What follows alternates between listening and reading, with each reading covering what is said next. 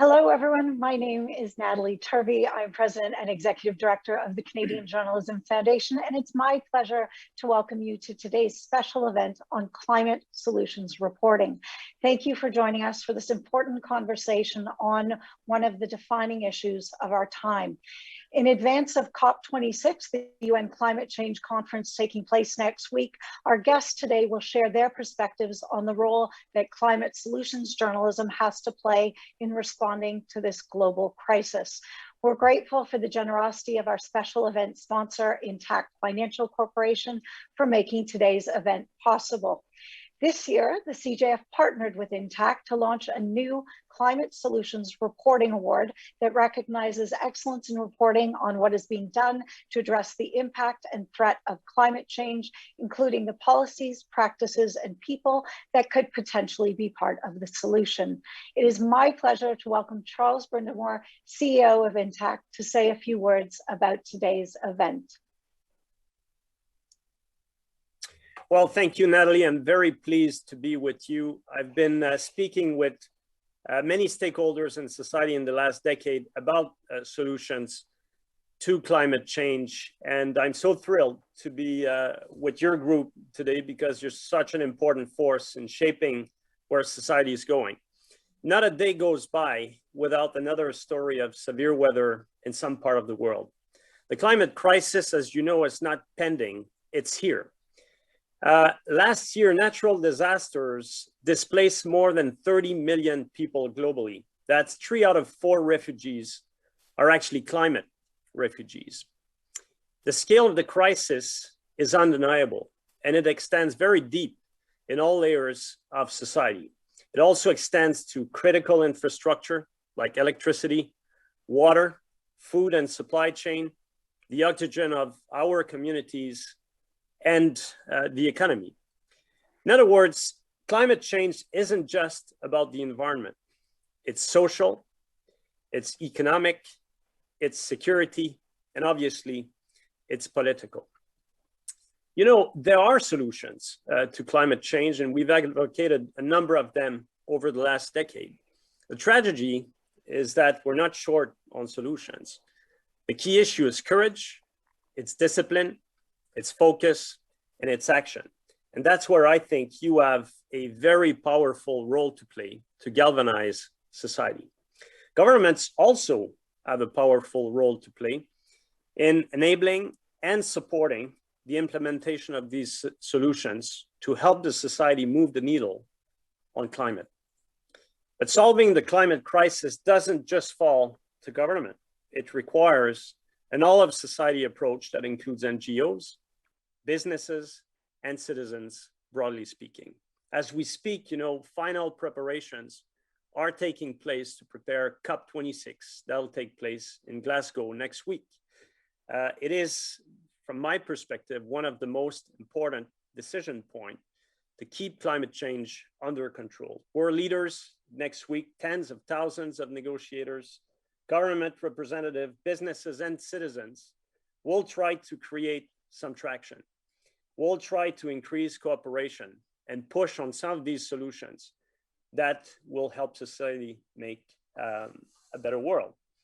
Now, the transition to net zero, clearly very important for Canada in particular, and the ongoing consequences of climate change will affect how people live for decades to come. It is the deeper trend of the century.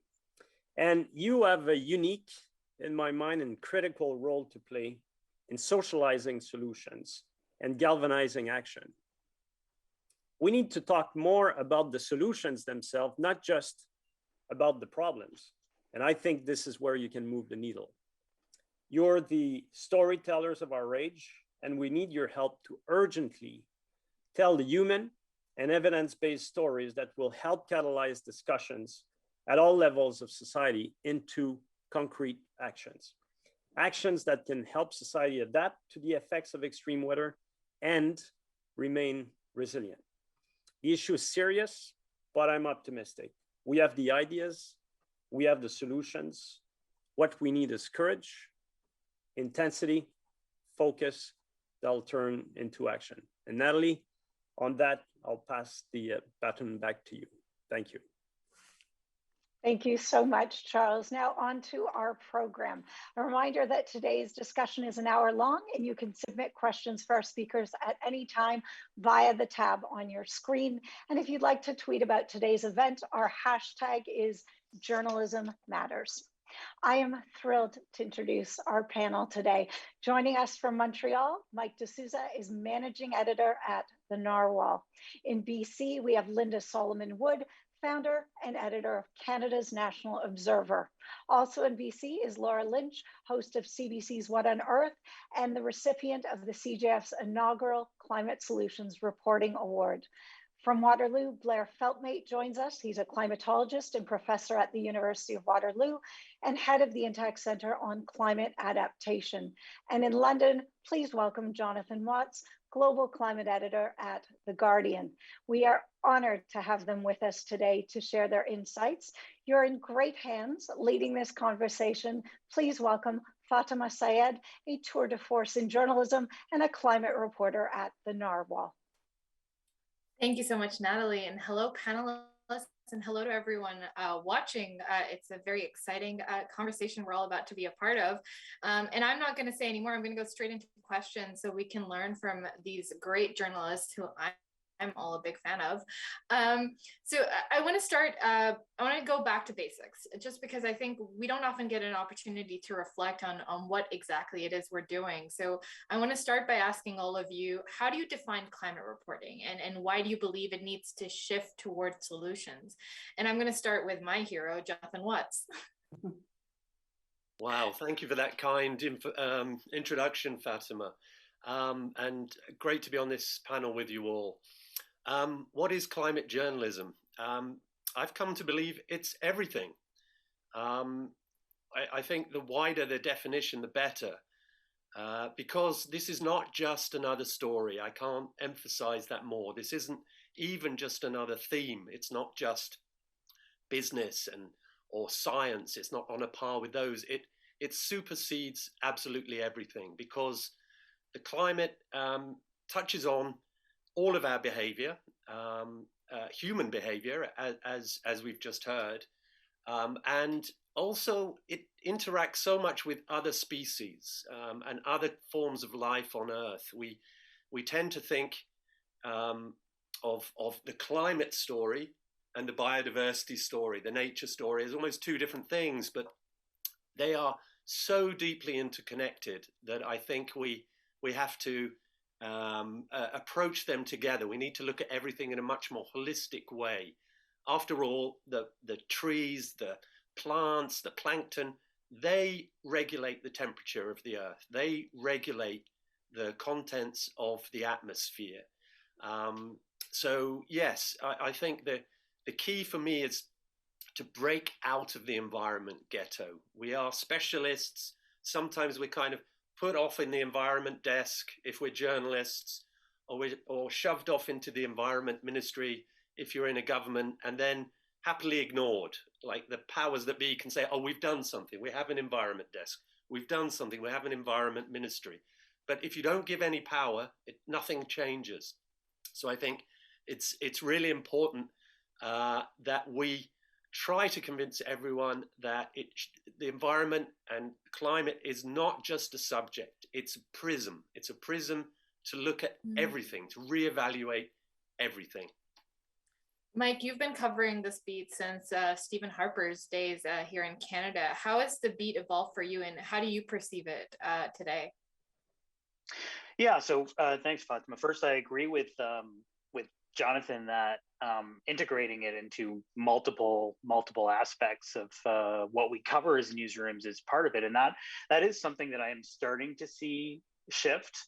That more and more newsrooms, like over the summer, for example, some of the coverage that we saw coming out of Western Canada related to the deadly heat waves and wildfires, we were seeing more of the sorts of coverage that links these disasters, these tragedies to the climate crisis. Whereas when I started really as a dedicated climate policy reporter 15 years ago, it was sort of a ghetto. It was in a silo in the newsroom. So, happy to see that some of this is starting to expand, but there is a lot more work to do.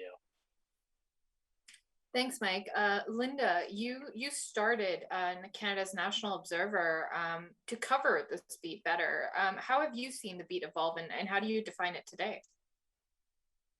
That's a great question, Fatima. I think, when I think about this beat and I think about, the shift kind of from hardcore investigative reporting that we've made to really focusing, doubling down on solutions, for me, it gets down to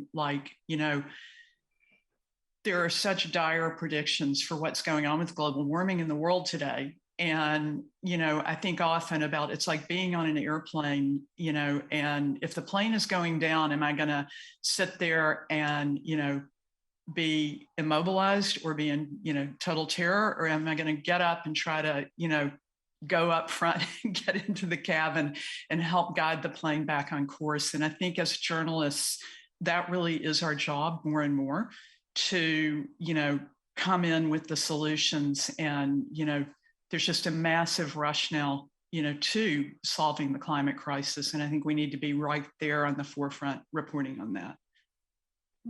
Laura, you've started a podcast about this in an era where there are lots of podcasts and you're trying to tell climate stories through a different medium. How are you defining it in your head, and how are you approaching climate stories today? Well, just start by saying, Fatima, that I actually, my very first job at the CBC, when I was a very young reporter, I covered the environment out here in BC. And at that time, the environment consisted largely of land use, still does, issues, battles around forests. So I certainly was aware of it back then. Now, the program that it's also a radio program and a podcast, so we have two different spaces for people to listen to it. It was generally conceived of by me as a program that pointed exclusively toward climate solutions. And we were very conscious of that from the beginning, because while we wanted people to learn about what was happening around them, we also wanted them to learn that there were things that were happening in the world to try to address them. And we take a very broad brush to this. It is not science only. It is the legal system. It's the arts. There are all sorts of ways to address what is going on with climate and what the potential solutions are.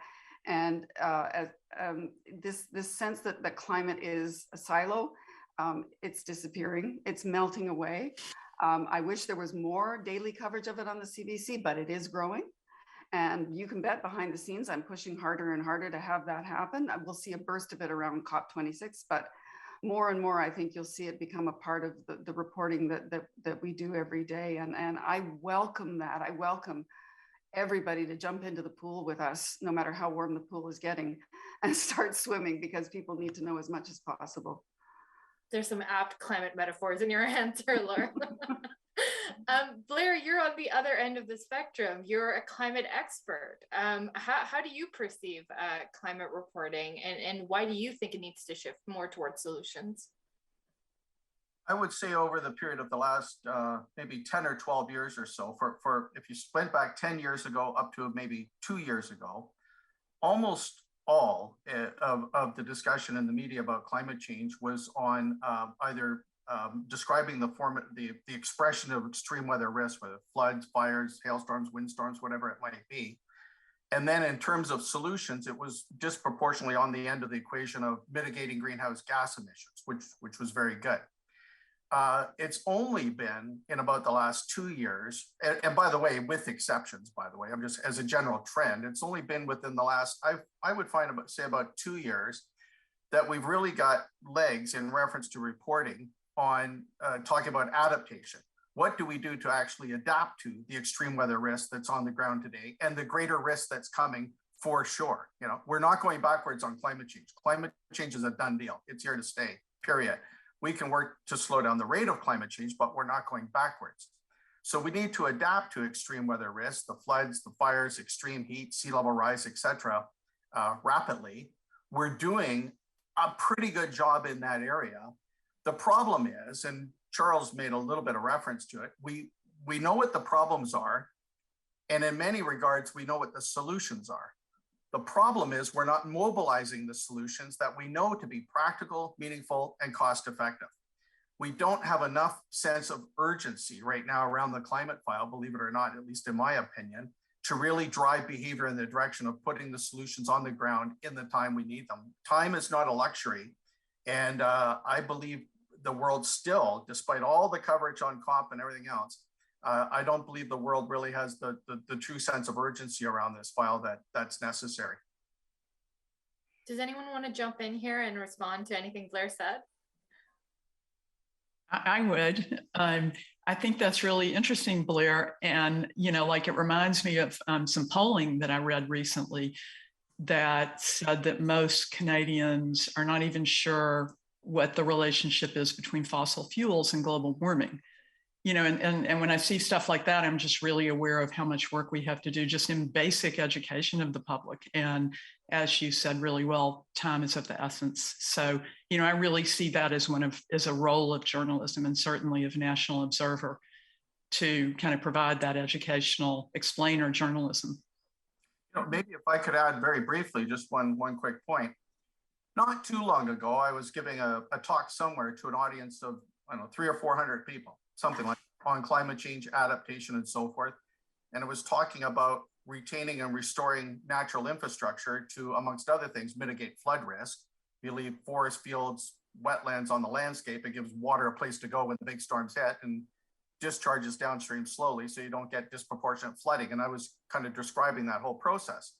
But then I said also, the ancillary benefits are that it also supports enhancement or retention of biodiversity in and of itself as being a desired outcome. And I could see quizzical looks on the part of people in the audience, and I couldn't quite figure out what the problem was until I realized I hadn't defined biodiversity. It was a term that just didn't mean a lot to a heck of a lot of people sitting there that probably from, you know, all of us on this call right now, it's something that, you know, it's part of our everyday lexicon or vocabulary. But sometimes I think we have to step back and make sure that when we profile these challenges, that we're putting it straightforward terms that anybody can relate to, even if they don't for those who don't study it every day. Well, it's interesting you bring this up, Blair, right? Because one of the criticisms I get a lot as a climate reporter is how do you actually strike a balance between, you know, being blunt and to the point about the science and severity of the climate crisis, which, as we learned from the last IPCC report, you know, many of the impacts are irreversible, versus the things people are doing to tackle it in good ways and bad ways, versus actually educating people about this complicated, multifaceted issue. And I wonder if the editors in the room today, in the virtual room today, can sort of walk us through the approach they take to striking that balance. John, you've been doing this for a while, and you've really helped shape the Guardian's coverage on this, you know, looking at everything from vocabulary to framing. How are those conversations in your editorial rooms going? Yeah, thank you. Yeah, I heartily agree with just about everything that's been said so far, which is kind of boring. Sorry, it'd be nice if we had a fight. But that's part of the problem, is that the media is sort of so geared towards having a nice dramatic fight that we have false balance. That's a big problem that we've got rid of, I think. One of the first things I tried to do was just say, look, the science is decided now. Let's stop with this nonsense about, you know, how close is the connection? How sure is the connection? I think most news organizations are in the same place. So get rid of that should definitely be the first thing. Then this question of language, this is absolutely essential. If we're going to break out of the ghetto and stop talking amongst ourselves and communicate with a wider audience, we need a language to do that. And we need a language that conveys the urgency of the situation. So exactly, words like biodiversity, that's us talking to us. We need to sort of say nature or natural life support systems. These kind of words really have urgency, and we don't need. We had a big meeting about this 3 years ago, and 3 years ago, where the environment team persuaded the editor, Kath Viner, who's she's very keen about all this stuff, so she's helped a lot. gathered together all the editors of the other desks, and we just had a big meeting about what more we can do. And this was a kind of like a evangelizing, just trying to get everybody else engaged and trying to get them excited about the language. Because a lot of the other desks just could say, you ask them why they don't like climate coverage, it's too many gigatons and too many terms that people don't understand. And so there's that side of language, making it simple, making it appeal on an emotional level, as well as, of course, cold, hard facts have to be at the bottom of everything. But then you've got to appeal on an emotional level. And then let's have language that conveys the urgency of the situation. So, you know, climate change, what does that mean? Duh, of course the climate changes. But if we have climate crisis, climate disruption, we use these kinds of terms much more, unless it's a specific science paper where you have to use the term they use.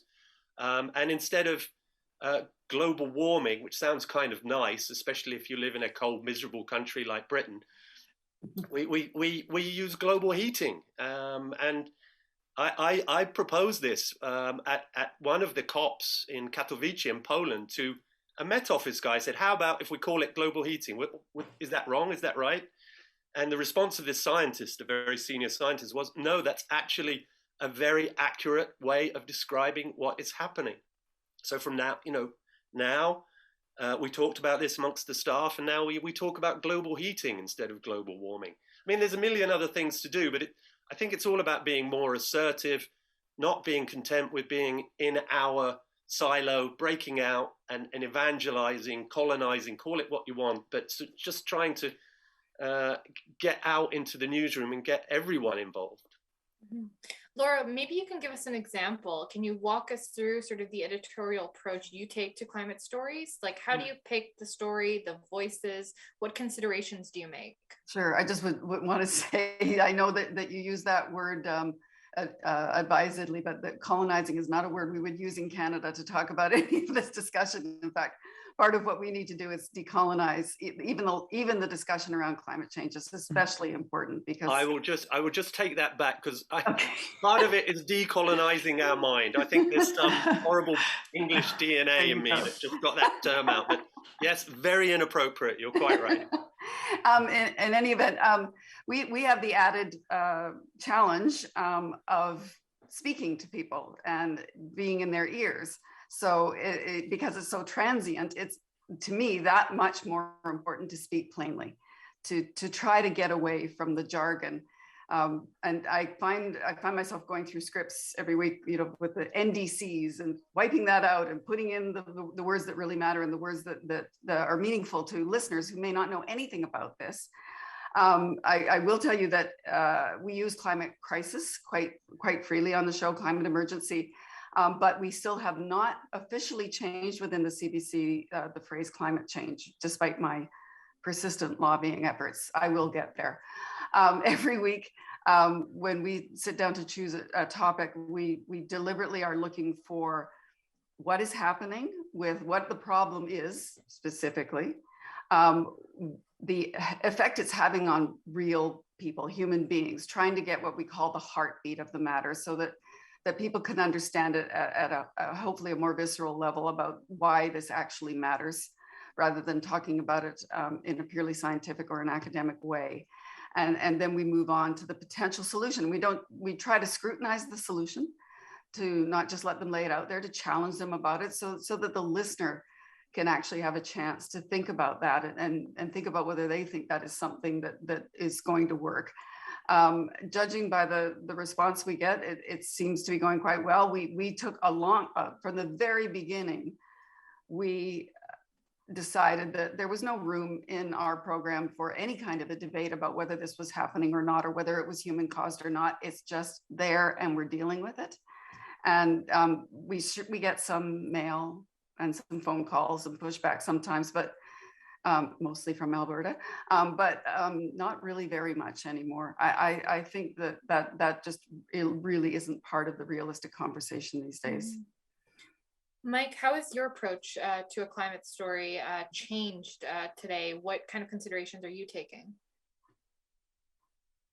I think like reaching out to try to identify the directly affected people on the front lines is one of the things that, you know, putting a face to that story. It's not an easy thing to do, because we have to build our capacity to build relationships, build trust in communities that have for a long time not been adequately represented in the media, whether they're you know, in communities of people of color, Indigenous, First Nations. We have not done a terrific job of engaging with these communities, telling their stories and in a respectful way, and having a conversation with them, talking with them, not just to them. So that's one thing that I think, you know, we, like, personally, I have started to shift in my own approach. I think, you know, when I started diversity in the media, I must confess, like, I didn't do a good job of representing. I mean, it's ironic coming from a person of color, but the voices that were there that I could interview at the time, they were predominantly monolithic, or, you know, there wasn't a lot of diversity. So this is something that I you know, have become more sensitive to, and try to make an effort. And sometimes we have to slow down stories if we haven't struck that right chord and gotten that diversity and gotten all the perspectives. So, you know, we won't rush to publish something if we haven't truly engaged with all the communities. Now, I wanted to add one thing in terms of solutions reporting that I think, you know, I see it in some of the climate and environment reporting throughout the world. And in some ways, journalists do it well. I think it's a weakness in Canada right now in terms of one aspect of the problem, and that is who is trying to stop action from happening. Who is having the conversations with government to slow down, delay, or just stop progress and the solutions from being implemented. So that is part of the problem, where we have to look for solutions of who has been speaking out, who is lobbying, what kind of relationship do they have with government. I mean, you know, for years I did some of this reporting with you know, one of my first jobs with CanWest and Post Media. I recall when there were layoffs, when I lost my job or one of the many times, and, you know, that's another issue with journalism in terms of job cuts, but there was concerns raised by people in 2014. Oh, is Post Media or is CanWest deciding not to cover climate change or not to look at the issue? And that was the wrong question, because the issue was, how is it that there was so little coverage in the Canadian media landscape of this issue that it could be so noticed when a single person disappears, or you know, a decision like that happens. So we have to do a better job in Canada as a whole to focus on this issue of what is behind delays in taking action. It's not just about implementing the solutions, because as everyone has correctly noted, we know what these solutions are. So we have to figure out what is it that is stopping governments from implementing these decisions and making the right decisions. Linda, how has your editorial process or considerations changed over the years as you're shifting more and more towards solutions? Well, for one thing, you know, the daily editorial decisions at National Observer are really managed by Adrienne Tanner, who's our managing editor. And so, you know, I am really back in much more of a role of guiding kind of the overall direction we're going. And I would say a shift that's happened for me from, you know, the early years, like when I was just doing like Vancouver Observer and covering pipelines, and then that evolved into the National Observer. And we were, you know, at that point shifting to really covering climate, and under a lot of kind of pushback and attack as an organization that focused on climate. And, you know, at that time I was much more reluctant to come out really boldly with how I really felt about it, and really, you know, let the coverage really boldly come from that place, which for me is that this is a very, very serious emergency, and that, you know, I'm devoting my life to this really because I think that journalism can play such a powerful role in waking people up to the emergency, empowering them with tools to react to the emergency, and hopefully, you know, coming to a place where, you know, the world really has more stability and health, and not just for human beings, but also for, you know, all living things. So that's really the position that I'm more boldly coming out with now and using to guide the choices that we make in terms of where we put our resources. Mm-hmm. Blair, you get interviewed a lot, you know, and while we're having all these conversations in our newsrooms, and you know, reporters are trying to figure out how to cover these stories. You field tons of questions throughout the year. I wonder if you could walk us through what kind of questions you get and what kind of questions you wish you'd get to help, you know, push this shift towards solutions. To be honest, I feel pretty good about the questions I get asked. You know, I'm interviewed by smart people, as you, my colleagues here, are testimony to. And what I do though is I don't spend too much time on the characterization of the problem. I turn to then, but what can we do as a solution? What can actually be operationalized? And I look at it that if as a result of that interview, X number of thousands of people went away and actually did something they wouldn't have otherwise done based on the direction provided to them, that's pretty good. So for example, in Canada, the number one cost of climate change by far, physical climate manifestation of physical climate risk or extreme weather, is flooding, and particularly residential basement flooding. Basements flooding in Canada is the biggest cost to the country to climate financial cost. And so, but rather than just lay that out there and then I can give them some of the numbers associated with that, what we really do is focus on solutions and what the homeowner can do around the outside of their property and in the basement itself over a long weekend for generally less than a couple of $100 and requiring no special expertise. This is something they can actually operationalize.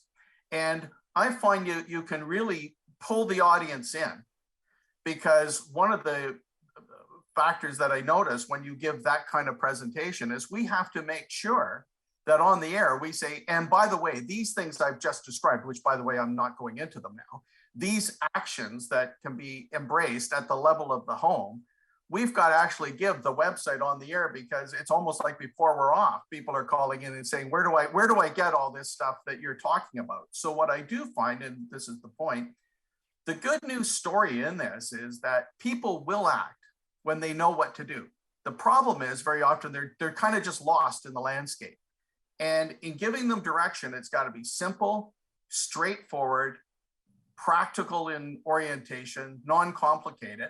And you know, we will write reports that are 50, 60 pages long on flood risk mitigation at the level of the home, or new residential community design, or for existing communities, or fire risk protection for homes, businesses, and communities in forested regions. What can you do?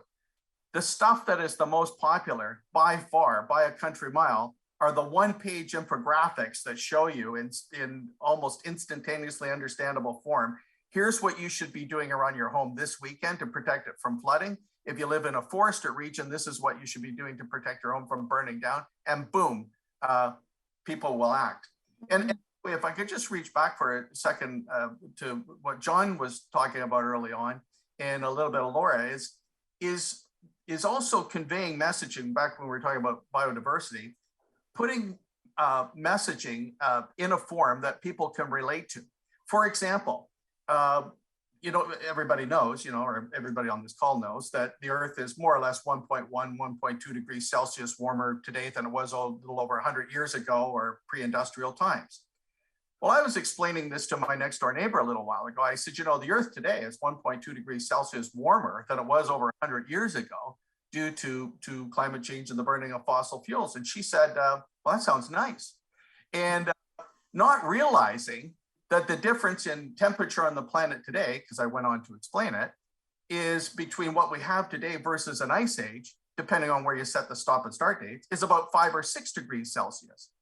So when you say to people, you know, we're up 1.2 degrees Celsius over 100 years, which is an infinitesimally small period of time due to the burning of fossil fuels, but then compare that to, and by the way, the difference between temperature we have today versus an ice age is 5 or 6 degrees Celsius, boom, all of a sudden you've got people, they get it. They go, oh, that sounds really bad. But it's always drawing on these little analogies or comparisons you go out there that are simple that anybody can relate to, that I think that's how you pull people in. It's a fair point, and we're getting into some of the criticism that climate journalism gets, you know, that it's not inclusive enough, or it doesn't address misinformation effectively, or it doesn't speak clearly to deniers and those who are delaying. I wonder, before we turn to audience questions, because we are getting a lot of them, and we're getting some really good ones that I'd love to get to. Briefly, I want to ask all of you, how are you strengthening climate reporting? What do you think needs to be done, especially in a post-COVID world? How are you, both in your newsrooms and in your reporting, strengthening the approach to the climate beat?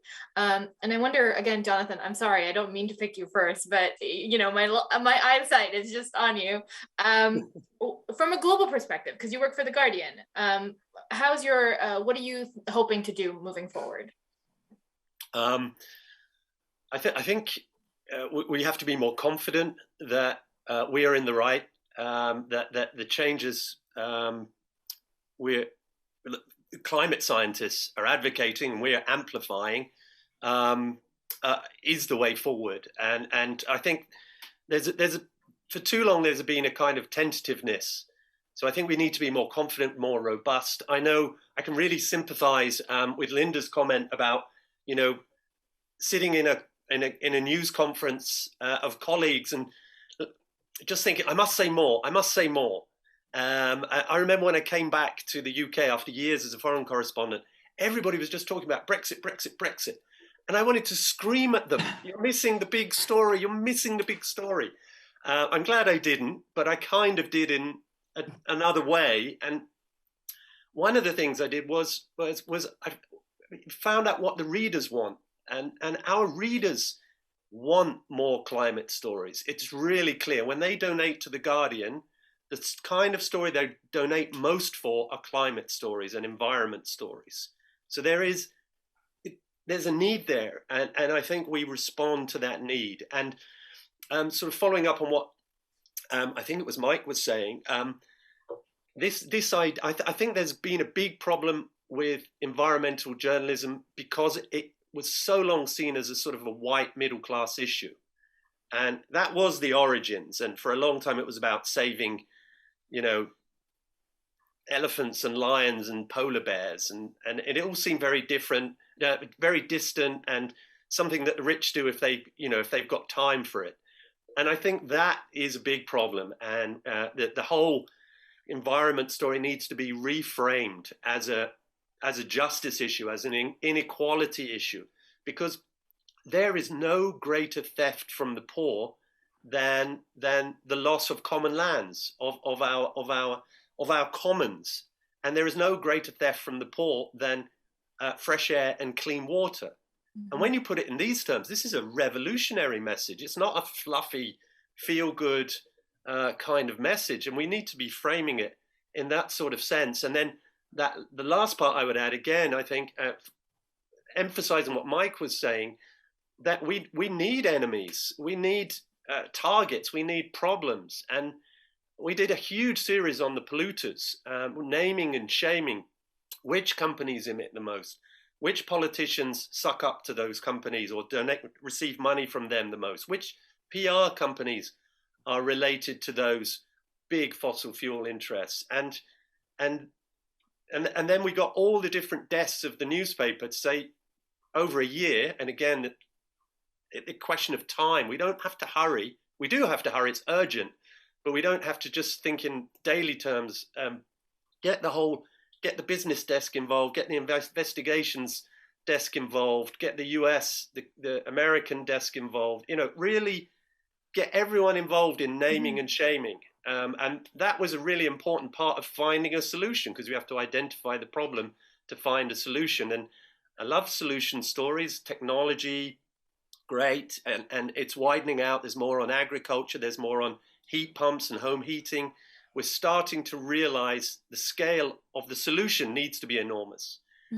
And this kind of emphasized what Blair was saying, which is, in the UK at least, opinion polls are showing us that, yes, the public gets it now. There's very little doubt, in the UK at least, that humans are causing the climate crisis. What there isn't much public understanding is what needs to be done to solve that problem. The immensity of the challenge we face, the almost wartime, well, it is a wartime level of mobilization that's needed. These solutions have to be enormous. So just getting across this urgency, the sense of scale, and the fact that it's a environmental justice issue. It's not just a white fluffy issue. And then the last thing I'd say, is appeal to the emotions. Yes, stick to cold, hard facts, but don't let the Donald Trumps and the populists of this world win the battle for emotions. We need to do that too. So whenever I interview a scientist about a new paper, at the end, I'll always say, all right, you're really happy and proud as a scientist. Now, as a human being, what do you think about your fantastic study? Thank you. That's all great advice. And briefly, Laura, do you have anything to add to that? One or two things are you hoping to build on to strengthen climate reporting moving forward? I want another half an hour of my program. I would too. I know, as I said before, we're trying to push to have more broad-based coverage across what we do. More resources would be great. But Fatima, I just want to take a moment to shout out to all of these other great journalistic organizations that are on with us and survive partly on subscription, and to just urge everybody to subscribe to make sure that you can still be getting the great journalism and more of it. Obviously, we're on a different model. We've had our cutbacks, but we're still well financed compared to a lot of other people. It's a general challenge of journalism these days to be able to afford to do the kind of journalism that needs to be done. And that's even more critically important when it comes to climate coverage. So support it any way you can, and you'll get more of the great quality journalism you need. I'd love to see more investigative journalism inside the CBC on exactly what Mike was talking about. In Ottawa, we have politicians on a fair bit. I've had Wilkinson on a few times. I guess, well, he'll come on in a different capacity now, but I don't shy away from giving them a real grilling when they come on, and they need that, but it's beyond that kind of reporting that we really need. Linda, any other things to add on how we could strengthen climate journalism? Well, I'll just say that, looking at National Observer right now, we have a podcast that we just dropped called Race Against Climate Change. Maybe it should have been called Race Against the Climate Emergency or Race Against a Hot Planet. But, for me, I'm looking at how to tell this story on as many different platforms as possible, how to take complicated stories and, make them really accessible, particularly for young people. So we're really looking at, how do you tell stories better on social media, Instagram, and, just really, we're ramping up our investigations, we're ramping up our solutions reporting, and, we're taking the whole team to COP26. So, that's the moment we all need to be watching. This is the world coming together to try to solve an insolvable problem. So, yeah, and Laura, thank you for that shout out for subscriptions. It's really true. The more that readers will come in and support organizations like Canada's National Observer and the Narwhal, the better climate reporting you will have in Canada. And The Guardian. And The Guardian, of course. Yes, we all support The Guardian. Mike, before I turn over to audience questions, how would you like to strengthen climate journalism moving forward? I'd love to see, all the media outlets across Canada to show more leadership. The people on this panel are all excellent leaders in promoting the journalism that we need.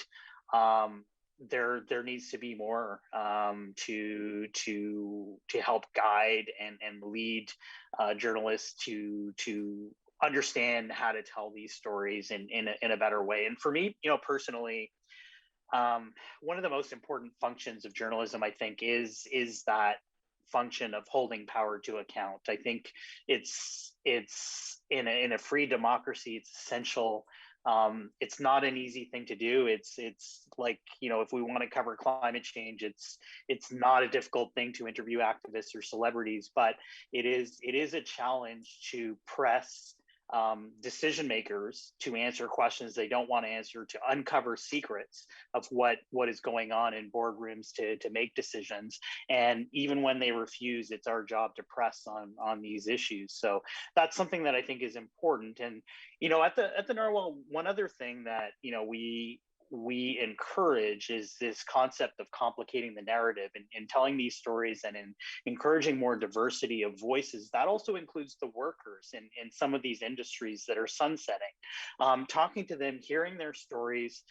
We do need to build our relationships with these industries and the people who are directly affected by this as well, and on the front lines in a different way of the climate crisis. And you know, you could have a situation where you are bringing these voices out where you might be surprised. It doesn't necessarily fit the narrative that the oil or the coal worker is the villain and someone else is the hero. You might hear the story from the oil worker saying, I genuinely care about this. I don't want to be doing this job. I don't have a choice. So this is also part of some of the things that we want to encourage, we want to foster, and we want to see building not only in our organization, but across the media landscape in Canada. Thanks, Mike. That's a lot of good advice from everyone on this panel for us to think about. I have 4 pages of audience questions, which is amazing and ridiculous at the same time, because I only have 14 minutes left on this conversation. So I'm going to try and turn it into some sort of rapid fire and ask maybe 1 or 2 panelists to respond to each of them. You know, we've talked a little bit about elected officials, but not enough, and their role in climate action and climate solutions. I've got a couple questions about this, one from David Hawkins, who says that, you know, the government climate action plan seems sparse on particulars when it comes to reaching emission reduction targets. Are journalists taking elected officials enough to task on the efficacy of their commitments for 2035 and 2050? John, you're nodding vigorously. Do you want to take that? I was also, sorry, my dog was asking for attention. That was actually while I was nodding, but I will try and answer that question. Definitely, this is a fundamental task that journalists should be doing, because when you get the likes of Vladimir Putin making a 2050 net zero target, and recently, you know, Saudi Arabia and others, you do wonder how sincere it is. And the climate action has been held up for so long by political leaders just kicking the can down the road, and that's been going on now for 30 years. The roads, we've run out of road. You know, we need to see concrete action that will start to reduce emissions next year, the year after, and then benchmark where you're going to be by 2025, and then where you're going to be by 2030. And we need to hold leaders to account with that. Yes, at the beginning, give them applause for setting a target, but it will be meaningless unless there's you know, concrete actions. And it's up to journalists really to push people on that, because nobody else is going to do it. And actually, that's not entirely true, because other nations will be pushing for concrete actions. And that's for me, that's the biggest objective of Glasgow is their credibility in all these promises. That's what governments will be testing. Mike, very quickly, I know because your career has spun across a lot of elected officials on this file, how can we better hold them accountable when it comes to climate action? Not settling for non-answers, I think, is the biggest thing that I see too often. That you know, generally the stories that I see by journalists who are not necessarily trained or familiar with the file, they will just repeat, or, you know, that they will act as stenographers for the politician or the business leader who is not answering a question directly. And so I encourage, within the people that I've worked with for us to press harder. And there's always a way to get at that truth and make sure that you aren't, as a journalist, contributing to misinformation, or the things that drive polarization as well, like when these or mistrust, disillusionment with politics. I mean, all of these things I think are sort of interconnected, that we could do a better job of addressing and making sure that we are seeing some sort of results or holding people accountable when there aren't results. Mm-hmm. We've got a question from Emma Jacobs, among others, about COP26, who asks, is having a burst of coverage around a single event the right approach if it means that politicians don't go in feeling public pressure to pursue aggressive targets? It almost feels too late for coverage like that. Laura, Linda, you've both mentioned that you're going to COP26. I wonder if you could walk through, how you're balancing covering a big event and knowing that there's going to be a flurry of climate reporting around it, and what you do after COP or before COP, for example. Well, Laura, are you? Oh, you're on mute, so I'll just jump Linda. in. I was just going to say, Linda and I actually met on Friday, and we were having a conversation about this, and Linda said something about what she expects to find at COP, and I thought it was quite interesting. Can you remember what I said? That you thought stories were going to be falling from the sky. Yeah. There's so much to talk about there. Yeah. And also, I see COP for anybody reporting on the climate as a major educational uplift. And, to Mike's point about people just not knowing enough to push back with, I think it's so important that we, are constantly educating ourselves about these issues. I expect our team to come back really energized and inspired in this coverage, the value of having been there to last for a very long time and to infuse our coverage going forward.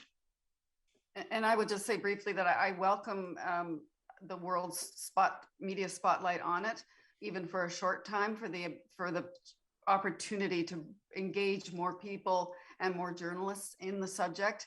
And to perhaps, if that doesn't deepen their coverage, it'll make them think again about what can be done with it. As far as we're concerned, it is a gateway for even more in-depth coverage, the kind that we do. We are only a team of 2 going this time, but we're going to be all over the place. And I expect as well that we will find far more stories than we can possibly cover over the course of the time there. So I think it's going to be a really good conference, but not necessarily for what's going on behind the closed doors in the negotiations. I can't get in there anyway. I'm going to leave that to the news reporters. And more importantly, to Mike's point, to the investigative reporters who can really dig and find out what's going on behind the scenes. John, I don't know what number COP this is for you, but is the approach this time around different at all? How do you balance, covering a major event versus like persistent coverage on a beat like this? I hate big events. I always feel like I'm in the wrong room. There's like 50 events taking place at the same time, and I'm always in the wrong one. So I find them very stressful, but I think they're incredibly important. They concentrate the mind, they concentrate attention, a bit like, we in the UK we'll have football. We play football all the time, but when the World Cup comes around, everybody watches it all the time, and there's this burst of attention, and having that on the climate is quite useful. And it's also quite good for sanity in some ways, because although it can be so frustrating at the glacial pace of negotiations, at the enormous hours of negotiation about the difference between very or extremely in the text. The really positive thing is that's where all the people who care about this are gathered together. And it's really uplifting, because this can be a really gloomy beat. If it's just you and the science paper, or you seeing melting icebergs, it can get you down. And the fact that you're surrounded by people these are the brilliant people of our age. For me, the climate activists and the scientists, these are the Churchills and the Gandhis of our age. They're the ones who are taking on the biggest challenge we have. And I go to that place and I'm just like, wow, that person is so brilliant. This activist is so great. What a fantastic idea. And I'm really pumped up with all of that stuff. So that really helps. And I think it's important for that, even if I'm always lost. Blair, I've got a question for you from Sharon Proxton. The science is clear around climate change, but there are still folks who question the connection between the increased frequency and severity of the climate crisis. Not everyone is convinced. So what kind of advice do you have on how we tackle the discrepancy and how we tackle the deniers and the skeptics so they sort of also, get on board with climate solutions? Well, let's say when I'm presenting in front of audiences, I do a lot of it. Basically, right up front, we spend about 3 to 5 minutes on what is climate change. What drives it, what is a little bit of the science behind it. And one of the points I make, just to knock the deniers out before we even get started, is I say right up front, climate change has been around a long time, long before humans had any real presence on this planet, driven through geological event, driven through volcanic activity, or changes in solar irradiance, or changes in the Earth on its wobble on its axis. There's lots of things that have caused the climate to change on a geological timescale. However, and this is where you get them, you say, relative to the change we're seeing now over the period of the last 100 years, the only mechanism out of all those mechanisms that explains the change is the burning of fossil fuels, coal, oil, natural gas. It's the only factor that correlates with the escalating temperature on the planet over the time frame we're observing it. And when you put all that right up front, you've kind of won over the deniers, because you give them a little bit. You say, by the way, climate change has been around, only it's on a geological timescale, but it's not the mechanism at work now. So you haven't quite put them off. You know what I mean? They go, oh, okay, I just needed a slight adjustment in my view. Because my goal is to win these people over. I want them all singing from the same hymn book before I leave the room, and that pretty much works. And then sometimes you run into problems with people saying, "Well, you don't know that this storm, this hurricane, this flood, whatever it is attributable to climate change." But I find you can use analogies. For example, I'll say something like, if you had a baseball player who went on steroids, and all of a sudden, this baseball player started to hit 5 or 6 times as many home runs. You can't say that any particular home run is due to the steroids, but if he or she is hitting 5 or 6 times as many, you pretty much say there's cause and effect going on. And everybody nods their head, and that's boom, you've got them. Then you move on.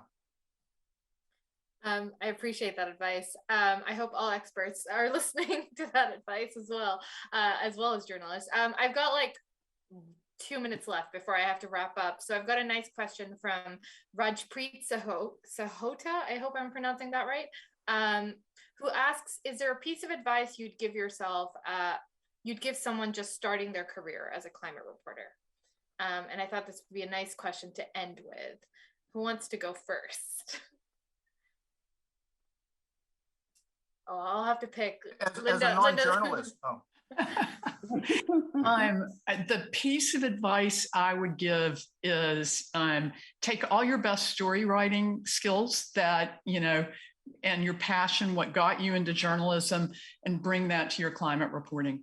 And you will move forward quickly. We really need great climate reporters, and apply to Canada's National Observer. We're looking for the best of Canadian reporters.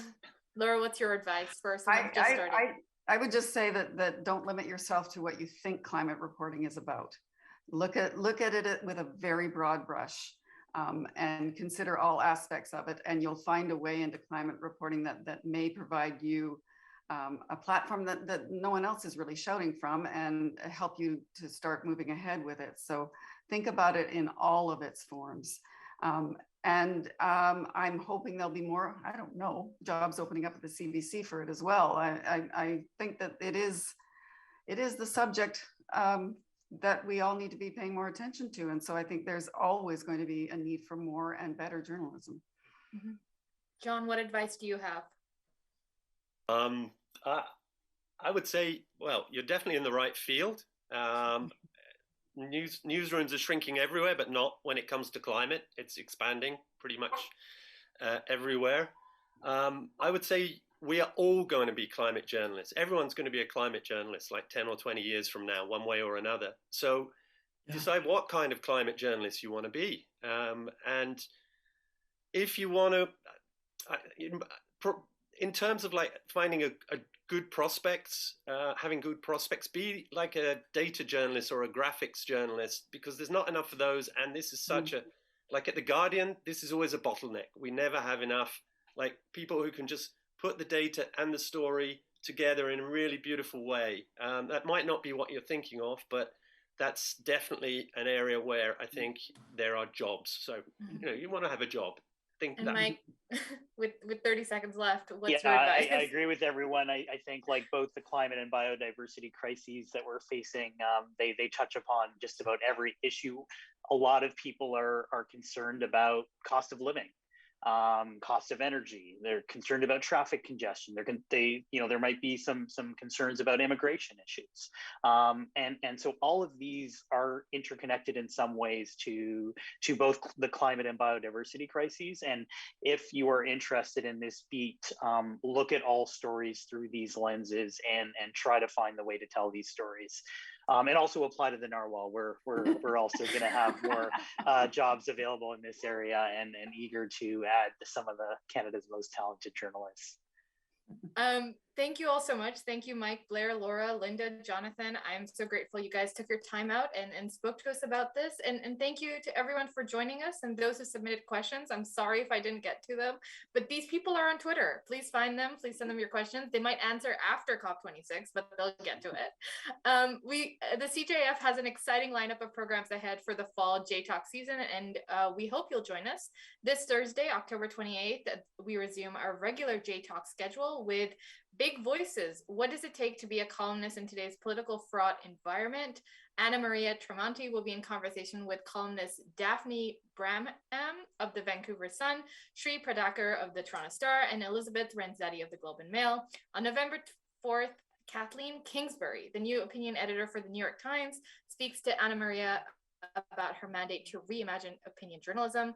On November 30th, you can join us for a behind-the-scenes look at a major Globe and Mail investigation with Tom Cardoso, Grant Robertson, and Chen Wang. These events are all open for registration and can be found on the CJF website. To stay updated on CJF events, please sign up for the newsletter or follow the CJF on Twitter, Facebook, LinkedIn, and Instagram. A reminder, you can also find the videos and podcasts of past talks on the CJF side, including this one. Thank you all so much for watching. We'll see you online and at another event in the future. Thanks all.